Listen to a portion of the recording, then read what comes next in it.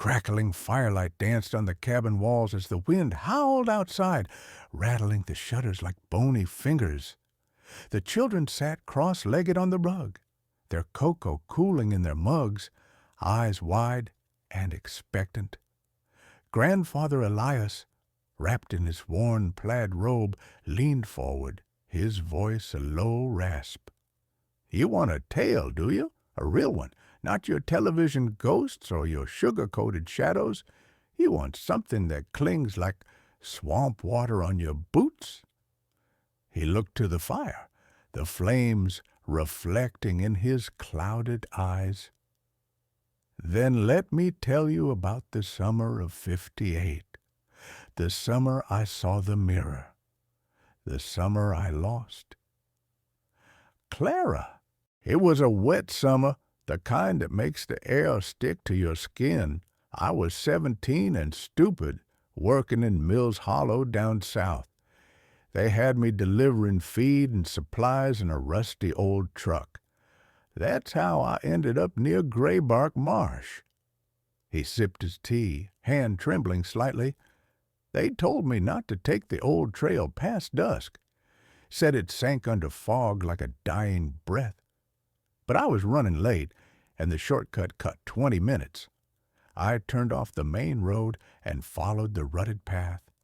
The trees closed in, and soon the air turned still. Not quiet. Dead. No birds. Not even bugs. Just me, the truck, and the sound of tires slapping muddy earth." He paused. "Then I saw it. A house, alone in the marsh, like it had grown from the rot. Crooked chimney, warped siding, porch sagging like a tired mouth, and in the window, a mirror." "The thing about this mirror," Elias whispered, "was it didn't reflect the world outside. I was looking at the house from the truck, but the mirror showed something else. A dim hallway, flickering candles, and a woman standing still as stone, dressed in black lace. Her face, blank, pale, was turned away, but I could feel her watching. The fire hissed, spitting a pop of ember. I should have kept driving, should have never stopped, but I did. I stepped out, boots squelching into wet earth, drawn like a moth to flame. The air around that house was heavy, wrong. I made it to the porch and raised a hand to knock. Before I touched the wood, the door creaked open. Not all the way, just enough." He looked at his hands, as if seeing younger versions of them. There were no lights inside, no sound, just that damned mirror in the front room. Ornate thing, taller than a man, ringed in thorns carved from black wood. And standing in front of it was Clara. The children gasped. Elias nodded. "Yes, my Clara, but it wasn't right. She'd died 3 years before in a fire at her uncle's place in Black Ridge. I saw her buried. I wept for her. But there she was, her golden hair shining, her eyes wide." He swallowed hard. "She reached for me, but through the glass. Her mouth moved, but no sound came. I tried to touch the mirror, coldest thing I've ever felt, like ice and grief. Then the woman in black appeared again behind Clara, her face finally turning." He shuddered. She had no eyes, just sockets, deep, endless. She whispered something, and Clara began to scream. I tried to break the mirror, grabbed a fireplace poker and swung, but it didn't so much as scratch. The woman kept whispering, and I heard it, not with my ears, in my head. She offered me Clara.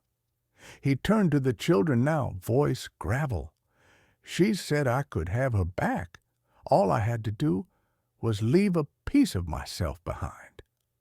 He looked to the fire again. Before I could answer, I saw it. Dozens of faces in the mirror's depth, trapped, twisted in silent agony, people who'd agreed, people who'd tried to bargain, and her. She fed on them. He wiped his hand over his face. I ran, didn't look back. The marsh swallowed the road behind me. The house disappeared like it had never been. I tried to forget, but mirrors never showed me right again.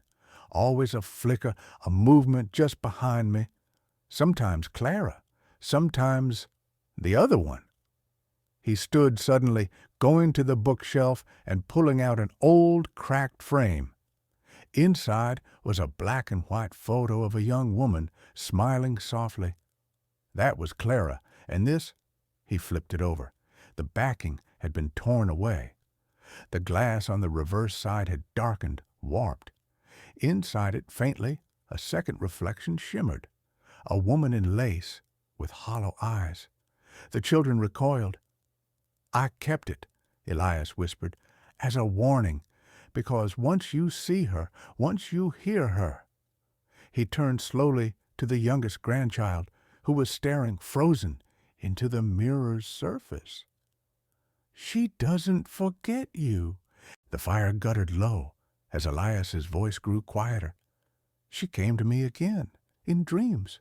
She asked again, begged, said Clara was cold, said she missed the world. He rubbed his arm. I never said yes. But each year, the mirror gets darker. More faces appear. Last month, I saw one that looked like me.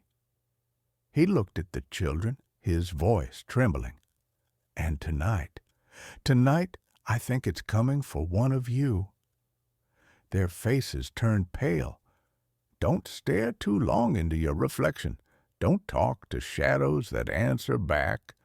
And for God's sake, never trust what looks like someone you've lost.